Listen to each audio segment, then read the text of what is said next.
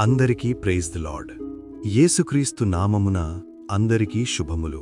ప్రియమైన సహోదరులారా, సహోదరీలారా, మన జీవితంలో చాలాసార్లు మనము డిప్రెషన్కు గురవుతూ ఉంటాము.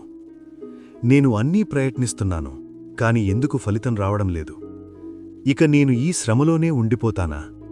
నా కలలు ఇక నెరవేరవా అని నీవు చింతిస్తున్నావా? నీవు ఎలాంటి పరిస్థితిలో ఉన్నా సరే, ఈరోజు దేవుడు నీతో మాట్లాడుతున్న వాక్యం కీర్తనలు 37వ అధ్యాయం 5వ వచనం.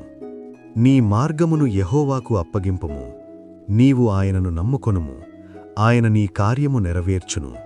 ప్రియులారా, ఈ వాక్యంలో రెండు గొప్ప ఆధ్యాత్మిక సత్యాలున్నాయి. మొదటి సత్యం, నీ మార్గమును యెహోవాకు అప్పగింపుము అంటే ఏమిటి? నీ నిర్ణయాలు, నీ భవిష్యత్తు, నీ ఉద్యోగం, నీ కుటుంబం, నీ సమస్యలు ఇవన్నీ దేవుని చేతుల్లో పెట్టడమే అప్పగించడం. కొంతమంది ఎలా అప్పగిస్తారంటే, సగం నేను, సగం దేవుడు. అలా అప్పగించకూడదు.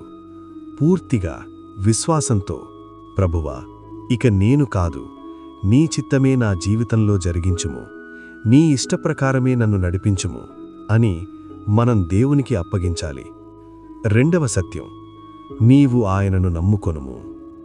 చాలామంది ప్రార్థనలు చేస్తారు, కాని నమ్మరు. నోటితో ప్రార్థన చేస్తారు, కాని మనస్సులో మాత్రం భయం, ఆందోళన. ఇది జరుగుతుందా, జరగదా అని ఆలోచిస్తూ ఉంటారు.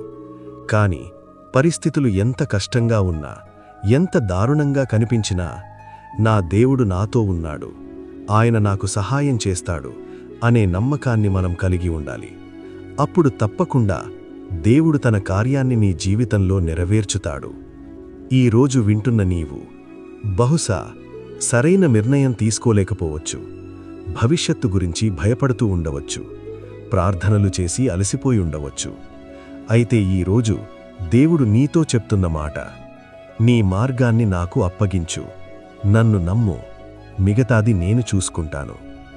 దేవుడు తగిన కాలమందు, తన సమయమందు నీ కార్యాన్ని ఖచ్చితంగా నెరవేర్చుగాక. Praise the Lord. ఆమెన్.